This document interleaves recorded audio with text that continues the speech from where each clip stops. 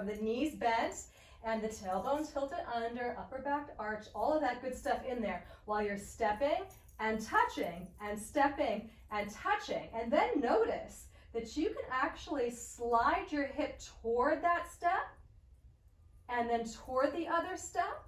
And you can send that slide to the back corner on both sides. So we're stepping and sliding now. So we're going to be creating a circle with the left hip first. So you step on that right is what you want to think about first. The knee is knocked here on the left. We have this incredible oppositional preparation before we go into the space with our hip circle.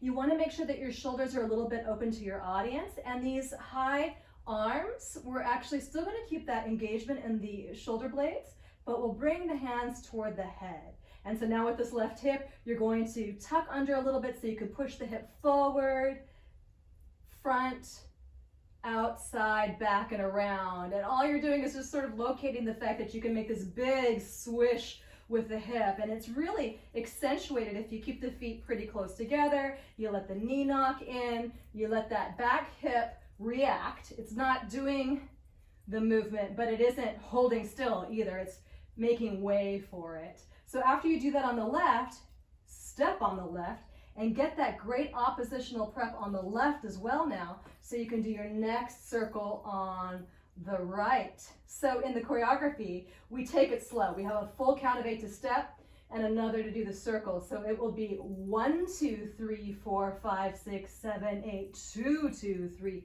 4, 5, 6, 7, 8, 1, 2, 4, 5, 6, 7, 8, 2, 2, 3, 4, 5, 6, 7, 8.